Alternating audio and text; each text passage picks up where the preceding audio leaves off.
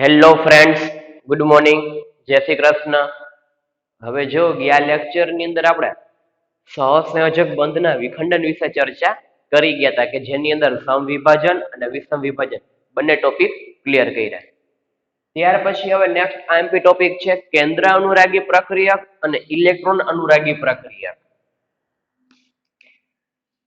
કેન્દ્ર અનુરાગી પ્રક્રિયક જો સમજો ખાસ ધ્યાન આપો.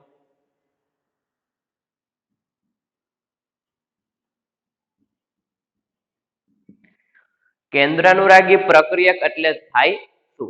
એ તો આપણે લોકોને ખ્યાલ જ છે કે કોઈ પણ રાસાયણિક પ્રક્રિયા કરવી હોય તો પ્રક્રિયકોની જરૂર પડે.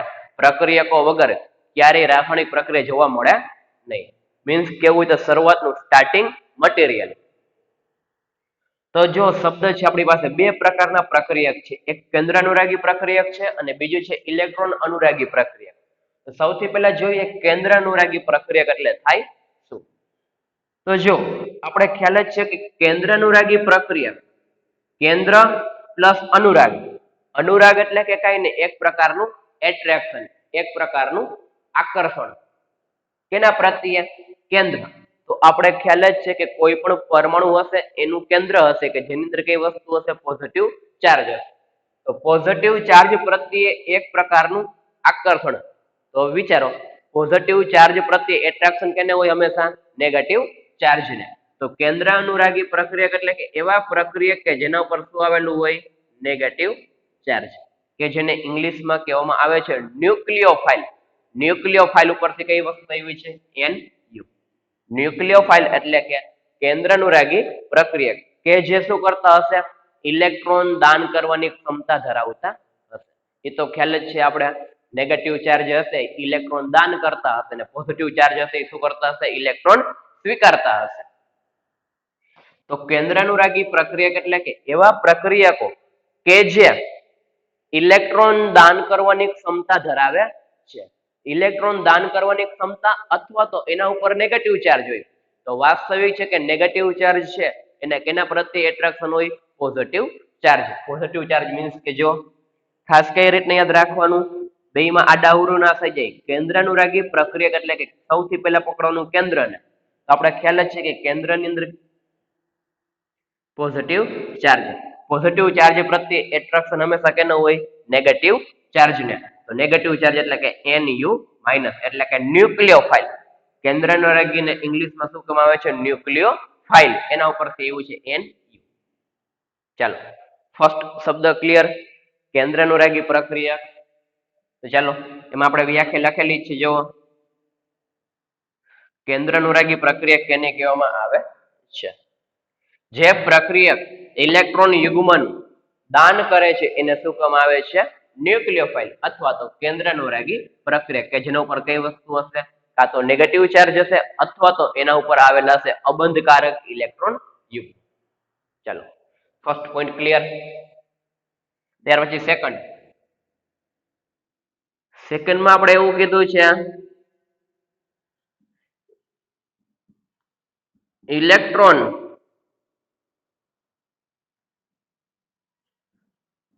અનુરાગી પ્રક્રિયા. તો અનુરાગ એટલે તો ખ્યાલ આવ્યું જ, આપણે કીધું એ મુજબ એટ્રેક્શન. ઇલેક્ટ્રોન ઉપર કયો ચાર્જ હશે? નેગેટિવ ચાર્જ હશે. તો નેગેટિવ ચાર્જ પ્રત્યે એટ્રેક્શન કેને હોય? હંમેશા પોઝિટિવ ચાર્જ ને. તો એના ઉપર કઈ વસ્તુ આવી છે? E plus. ઇલેક્ટ્રોન અનુરાગી પ્રક્રિયા કે જેને ઇંગ્લિશમાં કહેવામાં આવે છે ઇલેક્ટ્રોફાઇલ. ઇલેક્ટ્રોફાઇલ ઉપરથી એવું E. પરંતુ ઇલેક્ટ્રોફાઇલ એટલે કે ઇલેક્ટ્રોન અનુરાગી પ્રક્રિયક. તો ઇલેક્ટ્રોન અનુરાગી પ્રક્રિયક એટલે ઇલેક્ટ્રોન પ્રત્યે એટ્રેક્શન. ઇલેક્ટ્રોન ઉપર કયો ચાર્જ હોય? નેગેટિવ. તો નેગેટિવ પ્રત્યે એટ્રેક્શન કેને હોય? હંમેશા પોઝિટિવ ચાર્જ ને. તો જે પ્રક્રિયક ઇલેક્ટ્રોન યુગ્મ સ્વીકારતો હોય તેને શું કહેવામાં આવે છે? ઇલેક્ટ્રોફાઇલ અથવા તો ઇલેક્ટ્રોન અનુરાગી પ્રક્રિયક. તો પોઝિટિવ ચાર્જ નું કામકાજ શું? ઇલેક્ટ્રોન સ્વીકારવાનું. નેગેટિવ ચાર્જ નું કામકાજ શું? ઇલેક્ટ્રોન દાન કરવાનું. Negative nucleophile, positive electrophile. ખ્યાલ આવી ગયો? તો ચાલો ખાસ આપણે કાર્બનિક સંયોજનની અંદર બંને શબ્દ વિશે માહિતી હોવી જોઈએ. કેન્દ્ર અનુરાગી પ્રક્રિયક અને ઇલેક્ટ્રોન અનુરાગી પ્રક્રિયક કેને કહેવામાં આવે છે? તો કેન્દ્ર અનુરાગી પ્રક્રિયક અને ઇલેક્ટ્રોન અનુરાગી પ્રક્રિયક. તો કેન્દ્રમાં પોઝિટિવ ચાર્જ. પોઝિટિવ ને કેના પ્રત્યે એટ્રેક્શન હોય? નેગેટિવ. તો ન્યુક્લિયોફાઇલ, ઇલેક્ટ્રોફાઇલ અથવા તો ઇલેક્ટ્રોન અનુરાગી પ્રક્રિયા. ઇલેક્ટ્રોન ઉપર કયો ચાર્જ હોય? નેગેટિવ. તો નેગેટિવ પ્રત્યે કેને એટ્રેક્શન હોય હંમેશા? પોઝિટિવ ચાર્જ ને. તો E+. હવે ન્યુક્લિયોફાઇલ અને ઇલેક્ટ્રોફાઇલ આ બંને જ્યારે રિએક્શન કરે છે ત્યારે આપણે કીધું કે ઇલેક્ટ્રોફાઇલ અથવા તો ઇલેક્ટ્રોન અનુરાગી પ્રક્રિયા હશે એ ઇલેક્ટ્રોન યુગ્મ સ્વીકારતું હશે અને ન્યુક્લિયોફાઇલ અથવા તો કેન્દ્ર અનુરાગી પ્રક્રિયા હશે એ શું કરતું હશે? ઇલેક્ટ્રોનનું દાન કરતું હશે. તો આને કઈ રીતના હાઇલાઇટ કરશે? બંને વચ્ચેની રિએક્શન આપણે આ રીતના હાઇલાઇટ કરી શકીએ. ન્યુક્લિયોફાઇલે પોતાની પાસે રહેલા ઇલેક્ટ્રોનનું દાન કર્યું અને બંને વચ્ચે બોન્ડનું ફોર્મેશન થઈ ગયું અથવા તો બંને વચ્ચે બંધ બની ગયો. હવે જો આપણે આ રીતના ક્યારેય હાઇલાઇટ કરી શકી નહીં. વક્ર તીર વડે દર્શાવી છે આપણે, પ્લસ આપણી પાસે ઇલેક્ટ્રોફાઇલ છે. ઇલેક્ટ્રોફાઇલ અને ન્યુક્લિયોફાઇલ કેન્દ્ર અનુરાગી પ્રક્રિયા અને ઇલેક્ટ્રોન અનુરાગી પ્રક્રિયા. આમાં આપણે આ રીતના વક્ર તીર દર્શાવી શકીએ નહીં. આ રીતના દર્શાવી શકીએ નહીં અને આ રીતના બંધ પણ કરી શકી નહીં. આ વસ્તુ કેવી છે? ખોટી. શું કામ? તો જો આપણે શું કીધું છે? જેની પાસે ઇલેક્ટ્રોન હોય એ જેની પાસે ઇલેક્ટ્રોન નથી એને શું કરશે? દાન કરશે. તો ન્યુક્લિયોફાઇલ છે અથવા તો કેન્દ્ર અનુરાગી પ્રક્રિયા છે કે જેની પાસે અબંધકારક ઇલેક્ટ્રોન યુગ્મ છે અથવા તો એના ઉપર છે નેગેટિવ ચાર્જ. તો નેગેટિવ શું કરશે? હંમેશા દાન કરવાનું કામકાજ કરશે. કેને દાન કરશે? કે જેને ઇલેક્ટ્રોનની જરૂર છે. તો જેની પાસે છે એ જેની પાસે નથી એને શું કરશે? દાન કરશે. તો નેગેટિવ ટુ પોઝિટિવ, રાઈટ. આમાં શું છે? જેની પાસે નથી એ જેની પાસે છે એને શું કરે છે? દાન કરે છે. તો વાસ્તવિક છે કે આ એરો નોટેશન, આ વક્ર તીરનો આપણે ઉપયોગ કરી શકી નહીં. તો ખાસ ધ્યાન રાખવાનું, હંમેશા વક્ર તીર નેગેટિવ ટુ પોઝિટિવ સાઈડ હોય. મીન્સ કે જેની પાસે ઇલેક્ટ્રોન છે એ જેની પાસે ઇલેક્ટ્રોન નથી એને શું કરશે? દાન કરશે. તો આ વક્ર તીરનો આપણે યુઝ કરી શકીએ. આ રીતના વક્ર તીરનો યુઝ કરીને આ બંધ દર્શાવી શકી નહીં. તો ચાલો હવે આપણે એક્ઝામ્પલ લખ્યા છે ન્યુક્લિયોફાઇલ અને ઇલેક્ટ્રોફાઇલના, એટલે કે કેન્દ્ર અનુરાગી પ્રક્રિયક અને ઇલેક્ટ્રોન અનુરાગી પ્રક્રિયકમાં. તો જો નેગેટિવ ચાર્જ વાળા મીન્સ કે ન્યુક્લિયોફાઇલ એટલે કે કેન્દ્ર અનુરાગી પ્રક્રિયક, નેગેટિવ ચાર્જ વાળા Cn માઇનસ સાયનાઇડ. પછી આપણે જોઈ ગયા હતા લાસ્ટ ટાઈમ કાર્બન ઉપર પોઝિટિવ ચાર્જ હોય તો આને કાર્બોકેટાયન કહેતા. કાર્બન ઉપર નેગેટિવ ચાર્જ હોય તો આને કહેવામાં આવે છે કાર્બ એનાયન. કાર્બોકેટાયન અને કાર્બ એનાયન. એનાયન એટલે કે નેગેટિવ ચાર્જ, કેટાયન એટલે કે પોઝિટિવ ચાર્જ. તો કાર્બ એનાયન કે જેની અંદર કાર્બન ઉપર કયો ચાર્જ છે? Negative charge. તો જો આ બંને એક્ઝામ્પલ આપણી પાસે કયા છે કે જેની પાસે નેગેટિવ ચાર્જ છે? ફર્સ્ટ એક્ઝામ્પલ અને સેકન્ડ એક્ઝામ્પલ. તો આ તો ખ્યાલ આવી ગયો કે સર કેન્દ્ર અનુરાગી પ્રક્રિયા કે જેની અંદર નેગેટિવ ચાર્જ હોય, આ બંને નેગેટિવ ચાર્જ તો ન્યુક્લિયોફાઇલના એક્ઝામ્પલ થયા. આ ફર્સ્ટ ન્યુક્લિયોફાઇલના એક્ઝામ્પલ. આ કઈ રીતના એક્ઝામ્પલ થાય? H2O અને એમોનિયા. તો જાઓ આપણે ખ્યાલ જ છે કે ઓક્સિજન પાસે કઈ વસ્તુ હશે? અબંધકારક ઇલેક્ટ્રોન યુગ્મ. નાઇટ્રોજન પાસે કઈ વસ્તુ હશે? અબંધકારક ઇલેક્ટ્રોન યુગ્મ. આ તટસ્થ પરમાણુ છે. તટસ્થ એટલે એક પ્રકારના એના ઉપર એક પોઝિટિવ અને નેગેટિવ ચાર્જ છે નહીં. આમાં નેગેટિવ ચાર્જ દર્શાવેલા છે. આ તટસ્થ પરમાણુ છે. તો આમાં કઈ વસ્તુ દાન કરશે? અબંધકારક ઇલેક્ટ્રોન યુગ્મ. તો આ કેના એક્ઝામ્પલ આવ્યા આપણી પાસે? ન્યુક્લિયોફાઇલના, કે જેની અંદર અમુકમાં નેગેટિવ ચાર્જ છે ને અમુક કેવા છે? તટસ્થ અણુ કે જેની અંદર એકેય પ્રકારનો ચાર્જ છે નહીં, પરંતુ એવા પરમાણુ છે કે જેની પાસે કઈ વસ્તુ આવેલી છે? અબંધકારક ઇલેક્ટ્રોન યુગ્મ કે જે શું કરશે? દાન કરશે. ત્યાર પછી આપણી પાસે છે ઇલેક્ટ્રોફાઇલ. એના એક્ઝામ્પલ છે તો સૌથી પહેલા કાલે લાસ્ટમાં જોઈ ગયા હતા કાર્બોકેટાયન. કાર્બોકેટાયન મીન્સ કે કાર્બન ઉપર પોઝિટિવ ચાર્જ. તો પોઝિટિવ ચાર્જ એટલે કે ઇલેક્ટ્રોફાઇલ એટલે કે ઇલેક્ટ્રોન અનુરાગી પ્રક્રિયા. ત્યાર પછી C ડબલ બોન્ડ O. આપણી પાસે જેટલા ક્રિયાશીલ સમૂહ છે એની અંદર જેમાં સી ડબલ બોન્ડ ઓ આવે છે એમાં કાર્બન પરમાણુ કેના તરીકે કામકાજ કરશે? પોઝિટિવ ચાર્જ તરીકે કામકાજ કરશે. કઈ રીતના? તો જો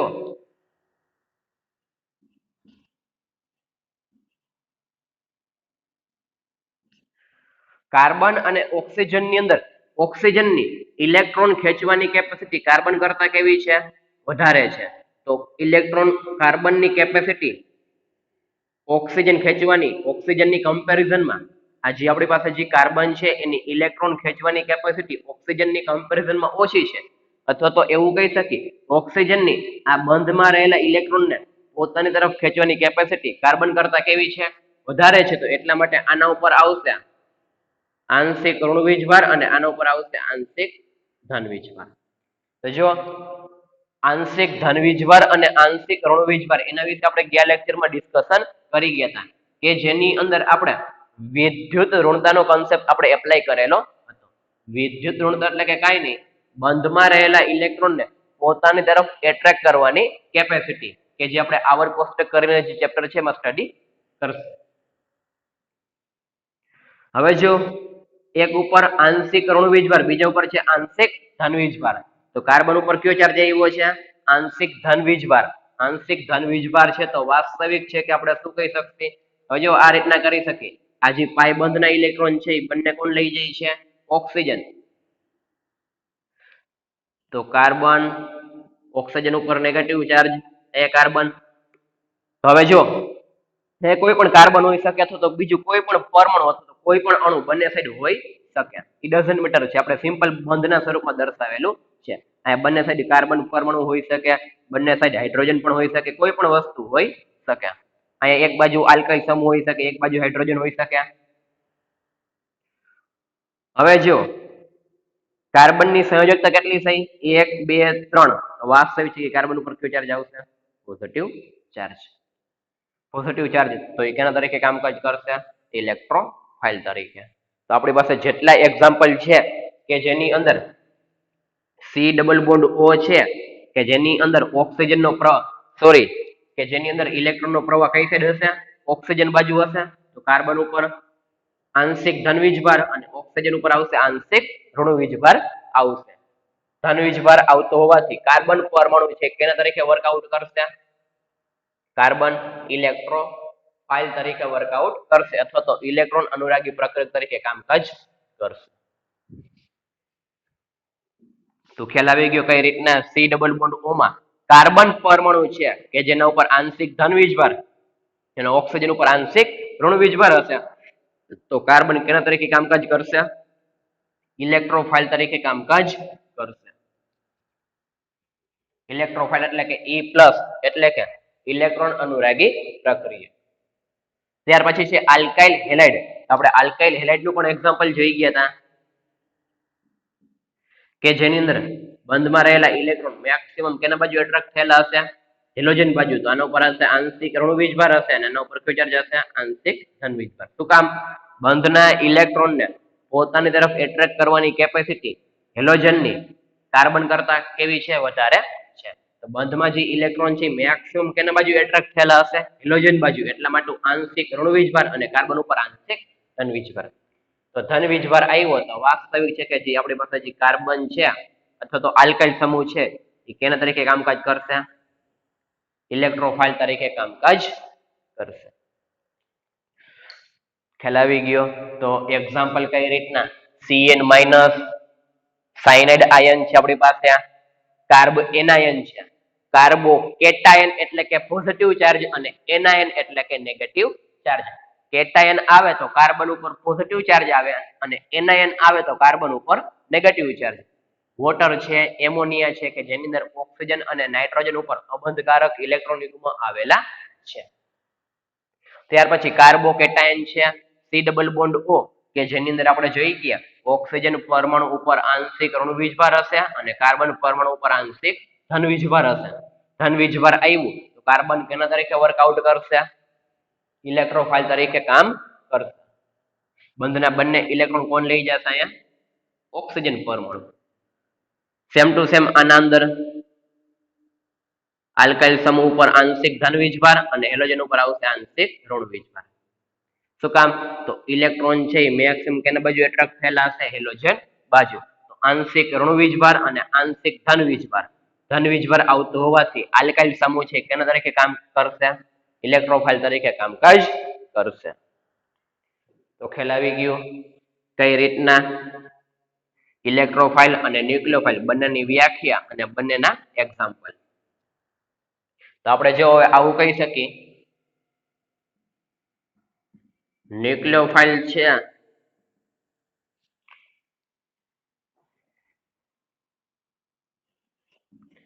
જેની પાસે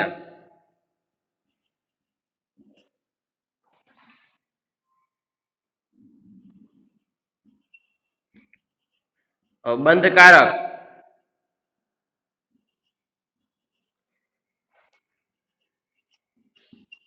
ઇલેક્ટ્રોન યુગ્મ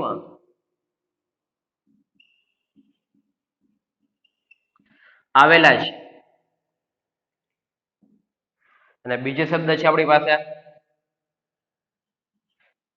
ઇલેક્ટ્રોફાઇલ કે જેને કહીએ છીએ ઈ પ્લસ અથવા તો ઇલેક્ટ્રોન અનુરાગી પ્રક્રિયા કે જે ઇલેક્ટ્રોનની ઉણપ ધરાવે છે. ઉણપ એટલે શું થાય કે જેને ઇલેક્ટ્રોનની જરૂર છે. ખાસ ધ્યાન આપજો.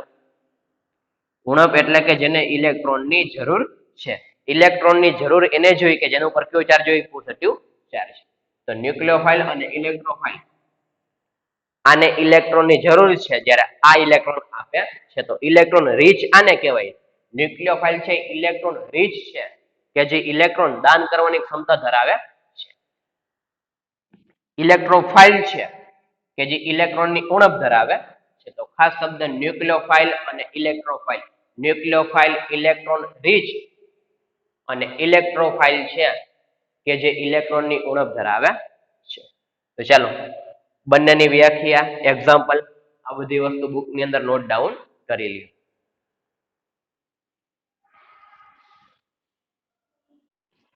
ચાલો ત્યાર પછી જેવું આવે કેન્દ્ર અનુરાગી પ્રક્રિયા અને ઇલેક્ટ્રોન અનુરાગી પ્રક્રિયા બંને ટોપિક કમ્પ્લીટ કર્યા પછી આપણી પાસે બે ક્વેશ્ચન છે કે જેની અંદર એક ક્વેશ્ચનમાં આજનો ટોપિક એપ્લાય કરવામાં આવશે અને બીજા ક્વેશ્ચનની અંદર ગયા લેક્ચરમાં આપણે સહસંયોજક બંધનું વિખંડન કે જે સ્ટડી કરી ગયા એ ટોપિક એપ્લાય કરીને બંને ક્વેશ્ચન આપણે સોલ્યુશન કરશું. તો આપણી પાસે જે ફર્સ્ટ ક્વેશ્ચન છે ને એની અંદર આપણે A, B અને C કરીને 3 કાર્બનિક સંયોજન આપેલા છે. હવે આપેલા કાર્બનિક સંયોજનની અંદર આપણે વિષમ વિભાજન કરવાનું છે. તો વિષમ વિભાજન કરશે તો આપણે ખ્યાલ જ છે વક્રતેરનો યુઝ કરવો પડે.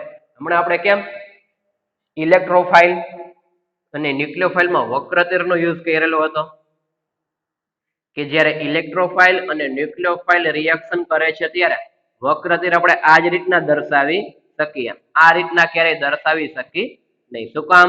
તો જેની પાસે ઇલેક્ટ્રોન છે એ જેની પાસે ઇલેક્ટ્રોન નથી એને દાન કરે છે. એ તો ખ્યાલ જ છે. તો ખાસ સહસંયોજક બંધનું જ્યારે વિભાજન કરવામાં આવે છે ત્યારે વિષમ વિભાજન દ્વારા ફર્સ્ટ આપણે વક્રતીર દર્શાવવાનું છે અને કેના ઉપર પોઝિટિવ અને નેગેટિવ ચાર્જ આવે છે એ વસ્તુ જોવાની છે. તો ચાલો હવે જો આપણી પાસે વિષમ વિભાજન તો ખ્યાલ જ છે કે જેની અંદર ધ્રુવીયતા ઉત્પન્ન થાય છે મીન્સ કે પોઝિટિવ અને નેગેટિવ ચાર્જ. ત્યાર પછી લખેલો છે શબ્દ પ્રતિક્રિયાત્મકતા.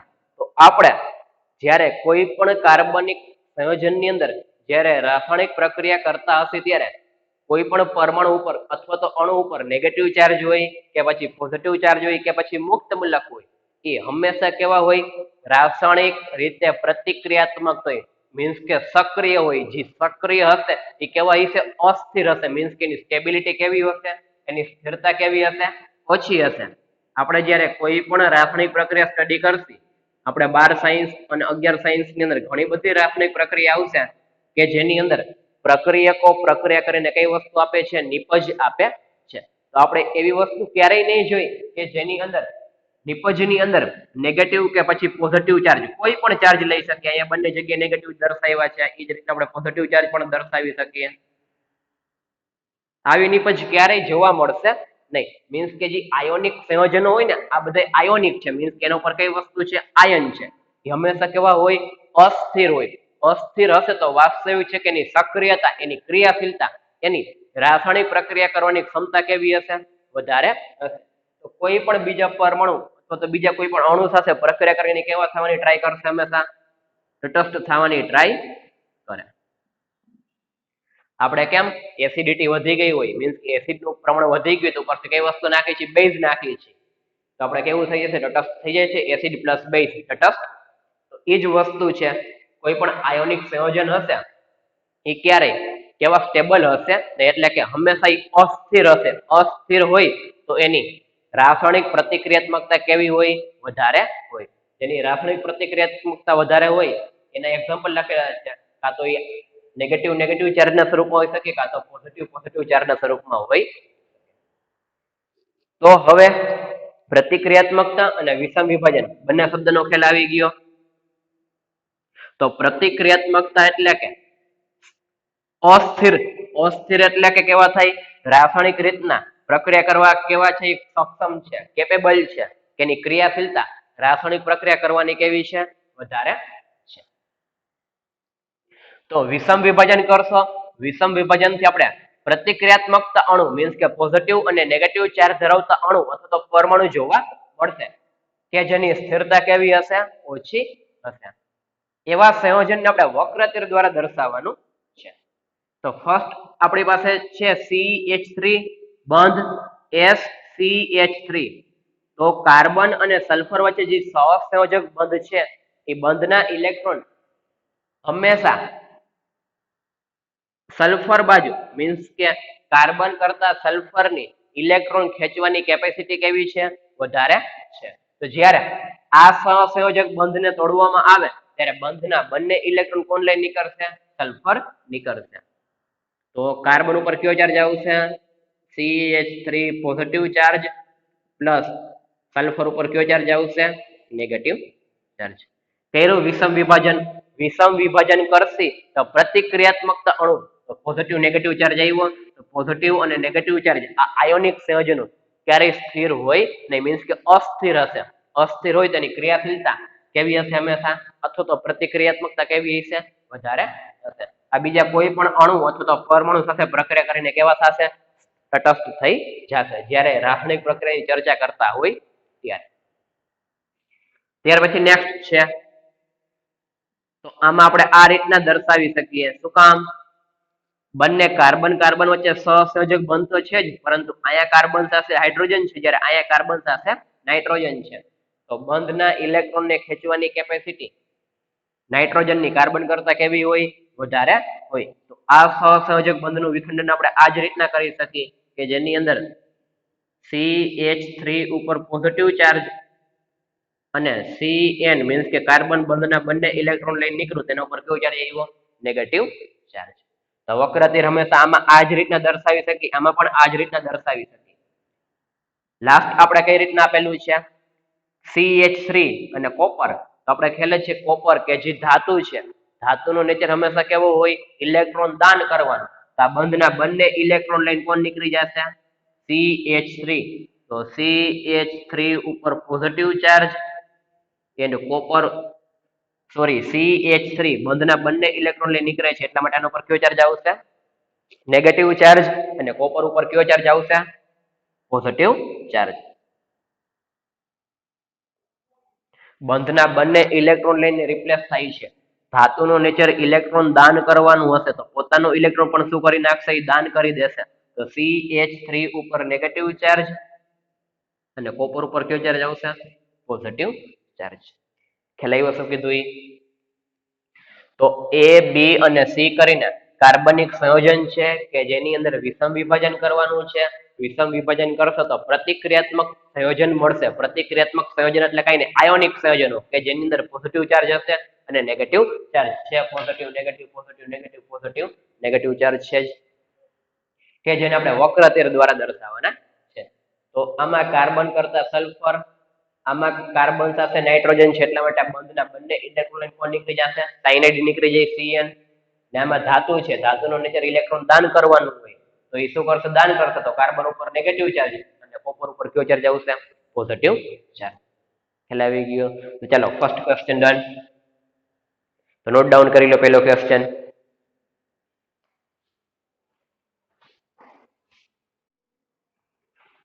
ચાલો ત્યાર પછી નેક્સ્ટ ક્વેશ્ચન છે આપણી પાસે ઇલેક્ટ્રોન અનુરાગી પ્રક્રિયક અને કેન્દ્ર અનુરાગી પ્રક્રિયક બંનેનું ક્લાસિફિકેશન કરવાનું છે.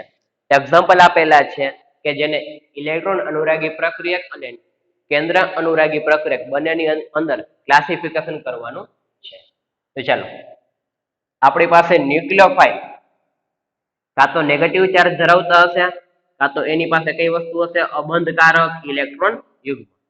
તો ફર્સ્ટ નેગેટિવ ચાર્જ વાળું પહેલા જોઈએ આપણે. Negative charge HS minus negative charge વાળું. ત્યાર પછી C2H5O માઇનસ એટલે નેગેટિવ ચાર્જ વાળા લખી લઈ C2H5O માઇનસ. આ આવી ગયું, આ આવી ગયું.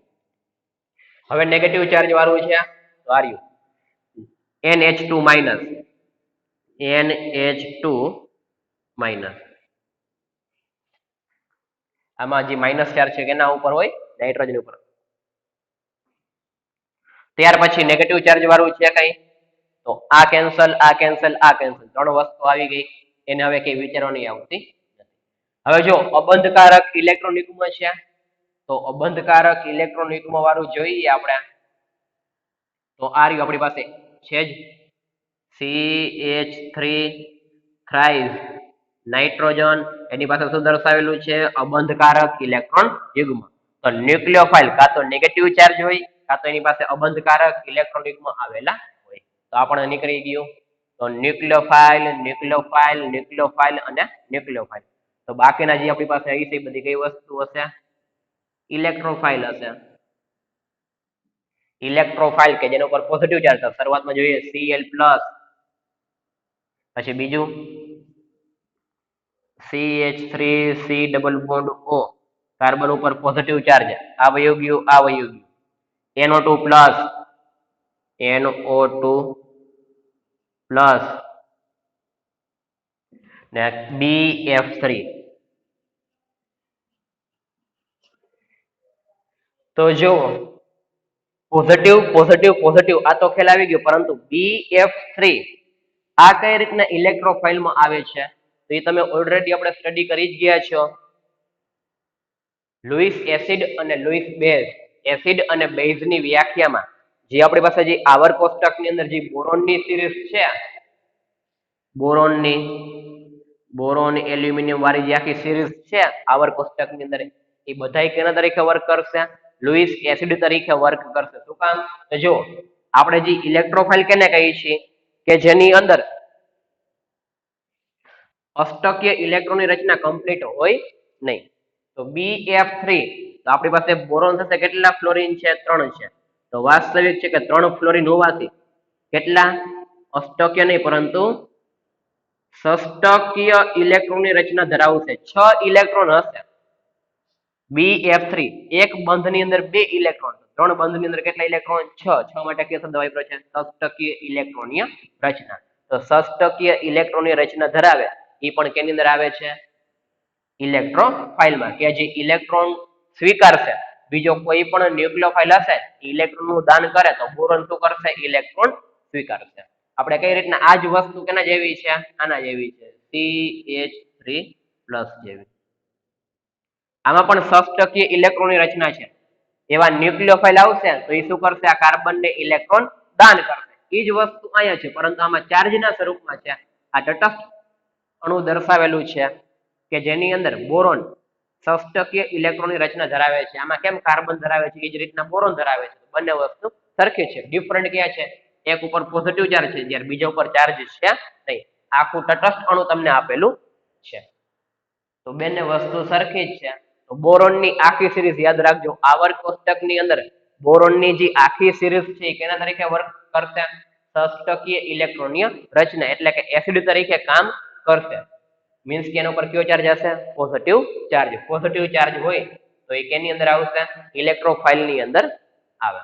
તો આપણે ઇલેક્ટ્રોફાઇલમાં લખેલું છે BF3. ખ્યાલ આવી ગયો? તો ચાલો નેક્સ્ટ ક્વેશ્ચન પણ બુકમાં નોટ ડાઉન કરી લ્યો. ઇલેક્ટ્રોફાઇલ અને ન્યુક્લિયોફાઇલ નું ક્લાસિફિકેશન.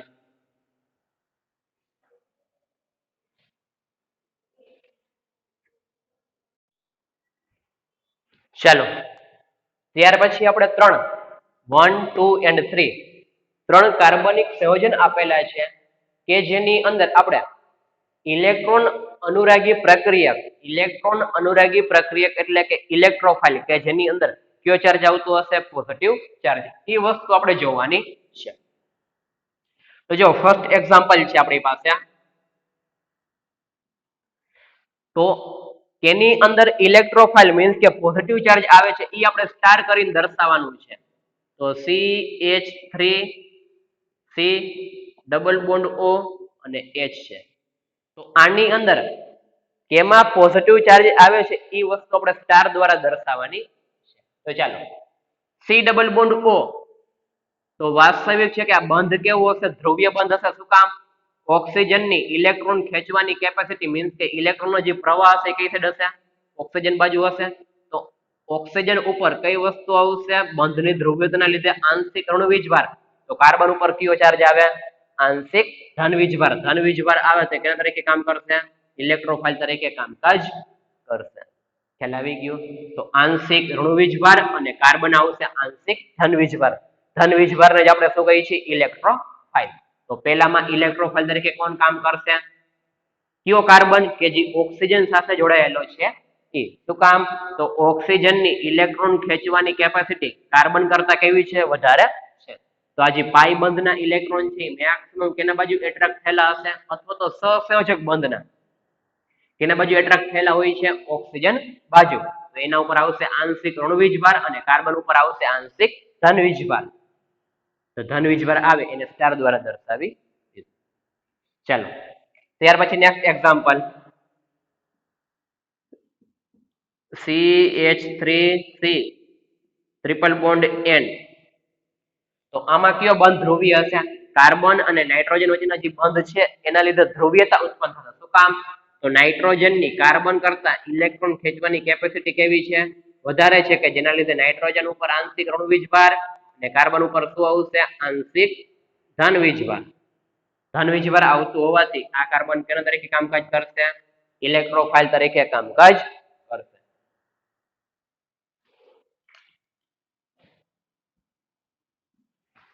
ત્યાર પછી નેક્સ્ટ એક્ઝામ્પલ CH3I. આમાં પણ કાર્બન અને આયોડિન નો બંધ કેવો હશે? ધ્રુવીય હશે. શું કામ? કાર્બન કરતા આયોડિન મીન્સ કે જે હેલોજન છે એના ઉપર આવશે આંશિક ઋણ વીજભાર અને કાર્બન ઉપર આવશે આંશિક ધન વીજભાર. તો આ કાર્બન કેના તરીકે વર્કઆઉટ કરશે? ઇલેક્ટ્રોફાઇલ તરીકે કામકાજ કરશે. તો A, B અને C ની અંદર ઇલેક્ટ્રોફાઇલ એટલે કે ઇલેક્ટ્રોન અનુરાગી પ્રક્રિયક તરીકે જે કામ કરે છે એ પરમાણુને કેના દ્વારા દર્શાવ્યું છે? આપણે સ્ટાર દ્વારા. તો આમાં સ્ટાર, આમાં આ કાર્બન અને આમાં આ કાર્બન. તો હવે જો આપણે આ રીતના દર્શાવી શકીએ. આની અંદર એક એક્ઝામ્પલ લઈએ. CH3C ડબલ બોન્ડ O અને H. આની પ્રક્રિયા આપણે ન્યુક્લિયોફાઇલ સાથે કરી છે કે જેમાં નેગેટિવ ચાર્જ છે. કેન્દ્ર અનુરાગી પ્રક્રિયા. તો એ હંમેશા ક્યાં એટેક કરશે? આ કાર્બન ઉપર એટેક કરે. શું કામ? તો બંધની ધ્રુવીયતાના લીધે કાર્બન ઉપર કયો ચાર્જ આવે છે? Positive charge. પોઝિટિવ ઉપર હંમેશા કોણ એટેક કરે? Negative charge. તો આપણે આ પ્રક્રિયા આ રીતના દર્શાવી શકીએ. CH3C કાર્બન ઉપર નેગેટિવ ચાર્જ, અહીંયા હાઇડ્રોજન અને અહીંયા ન્યુક્લિયોફાઇલ. ખ્યાલ આવી ગયો? એ જ વસ્તુ આમાં પણ આપણે કરી શકીએ. આની રિએક્શન ન્યુક્લિયોફાઇલ સાથે કરાવી છે.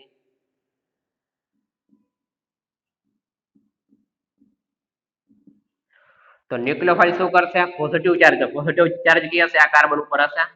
તો બંધના ઇલેક્ટ્રોન કોણ લઈ જાય? નાઇટ્રોજન. તો આમાં આ રીતના બને CH3 carbon nucleophile double bond nitrogen અને એના પર આવશે અબંધકારક ઇલેક્ટ્રોન યુગ્મ. તો નેગેટિવ ચાર્જ. શું કામ ડબલ બોન્ડ થઈ ગયા? ન્યુક્લિયોફાઇલ કાર્બન ઉપર એટેક કરે તો પાઈ બંધના ઇલેક્ટ્રોન કોણ લઈ જાય? નાઇટ્રોજન લઈ જાય. એક અબંધકારક ઇલેક્ટ્રોનિકમાં હોય, બીજા ક્યાંથી આવ્યા? બંધમાં. એ જ વસ્તુ આપણે આના માટે પણ દર્શાવી શકીએ. CH3I આની રિએક્શન જ્યારે ન્યુક્લિયોફાઇલ સાથે કરવામાં આવે છે ત્યારે પોઝિટિવ ચાર્જ કોણ છે? કાર્બન છે. તો કાર્બન ઉપર એટેક કરશે. કાર્બન ઉપર જેવું એટેક કરે તો અહીંથી આપણે આયોડિન માઇનસ ને રિપ્લેસ કરી દઈએ. આમાં આ રીતનું બને